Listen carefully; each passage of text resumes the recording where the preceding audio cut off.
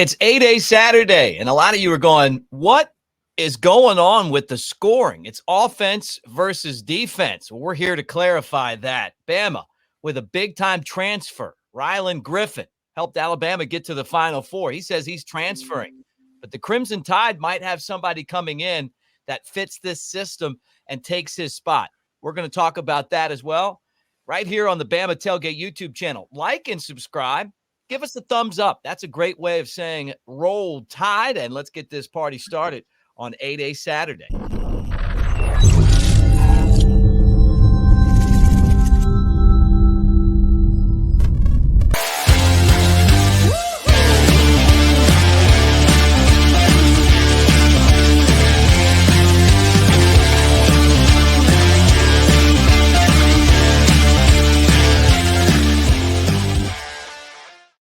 All right. What do you say, everybody? With big, sexy Elmo, Mr. Brett Elmore from WJLX in Jasper, Alabama. I'm Mick Gillispie, broadcaster. Mick, roll tide, man. Football today. Roll tide, man. It's game day Saturday. Rise and shine, Bama fans. It's game day. Raise the roof. You ever raise the roof? You got a big one today. We get our first real look at Alabama under Coach Kalen DeBoer. The format is offense versus defense, and there's been a lot of questions as to how you score. Now, in the past, they would divide it up, right? You'd have Jalen Milroe in the first team, and then you would have, maybe Ty Simpson in the second team, and then they'd play kind of against each other, and the defense was split up, and it was an easier game to follow because you could tell, basically how to score based off of how you would normally score in football. That's not going to be the way they're going to do it this year because Coach DeBoer wanted to keep the offense intact and wanted to keep the defense intact. And it is going to help him get an idea of what this team has. And I'm sure with the transfer portal opening on Monday, you just want to get one last look at these guys and use it as a practice, which is something else he said. Yeah, he's looking at it as a 15th practice. Pretty smart, if you ask me. I like this setup. I haven't seen this in person.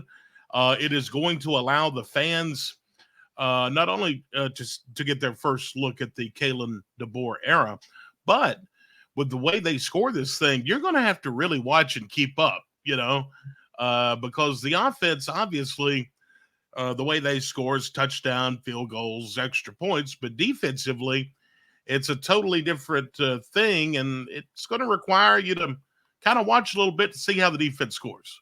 Yeah, right. So on offense, Brett, we all know it's touchdowns, field goals, extra points, right? So you can go for 2 or you can go for 1, but that's how you score on offense. On defense, sacks, fumbles, tackles for loss, interceptions, like all the things, if they got a safety, obviously if they returned a touchdown, all of the things that you do that are considered big plays all have a point value. And they haven't given us the point value yet, but that's the premise of how this thing is going to be scored.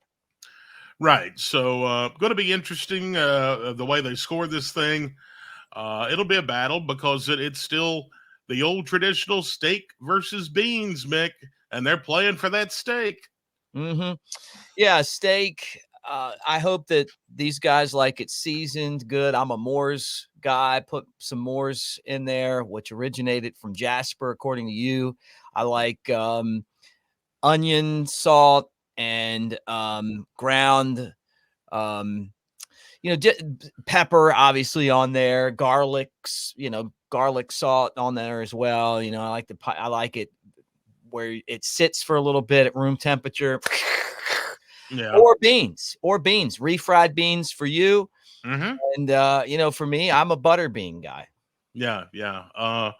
I think it'll probably be, I don't know what kind of beans they'll be serving up. I think normally it's baked beans. Is it not?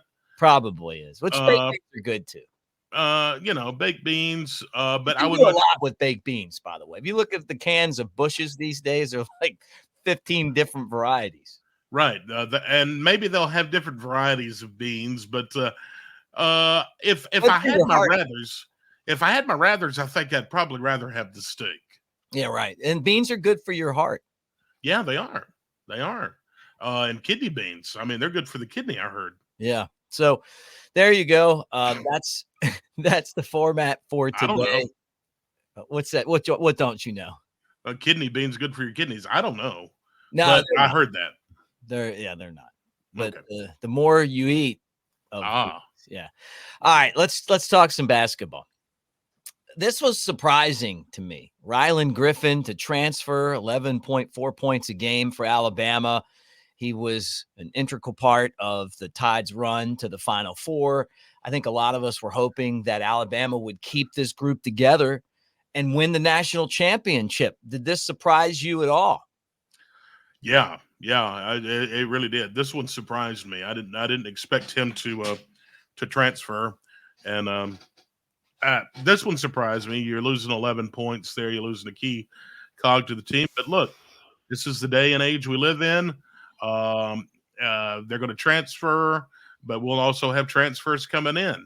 So I was hoping that as a unit, as the players that could stay, I wish they would all stay. Yeah. It's probably the first domino. Don't know what'll happen, but we'll see. Yeah. Now, on the other side of this, Chris Youngblood, Yeah. 15 points, 42% from three. He went to school down in Florida, and Alabama's hot on his heels.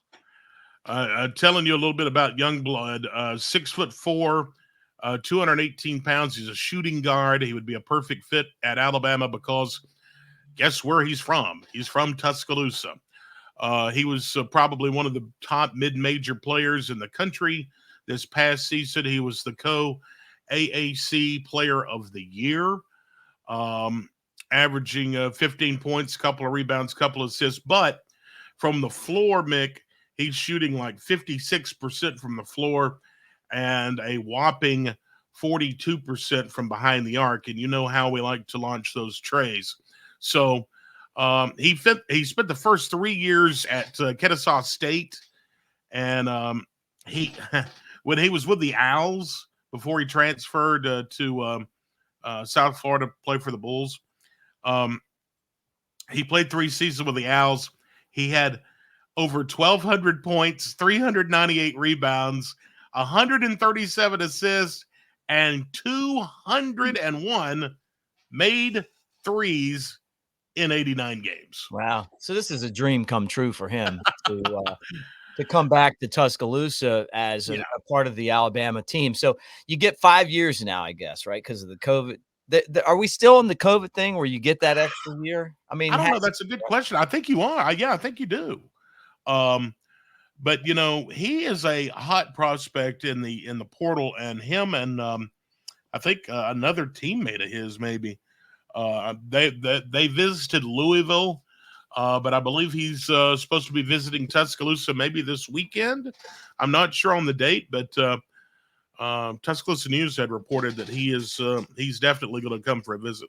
Yeah, I bet you he'll end up at Alabama. I mean, Yeah. in Tuscaloosa, you get a chance to play for this basketball coach, this team, and this program right now, and come back home. Why wouldn't you do it? Right? Yeah.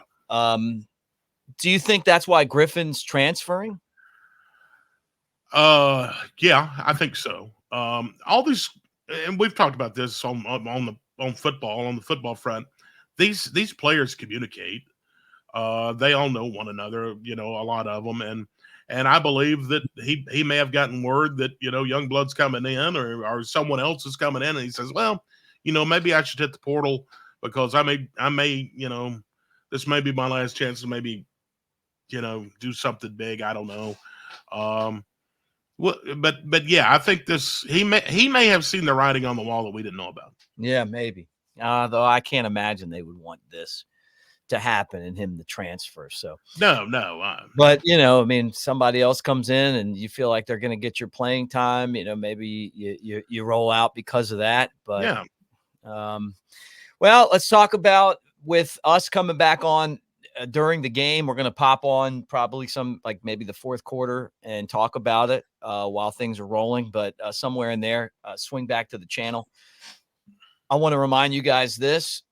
Promo code Bama Tailgate, 15% off, 4th and 31, newlifeart.com. You're going to want that print. You're going to want to put it up in your house, and you're going to want to brag about the great Alabama win over Auburn down on the Plains. The greatest Iron Bowl finish in the history of Iron Bowl games. I think we can all agree on that. We can all agree on that. And once you hang it up in your living room, invite all your Auburn friends over and say, hey, come on. I'm having like a taco party and everything with a taco bar and all the free beer you could drink. And then they all get there, all your Auburn fans, and there's no taco bar and no free beer. But you say, hey, look, I got 4th and 31. Just wanted to show y'all. Surprise. Surprise. Tell everyone about what you got going on at WJLX.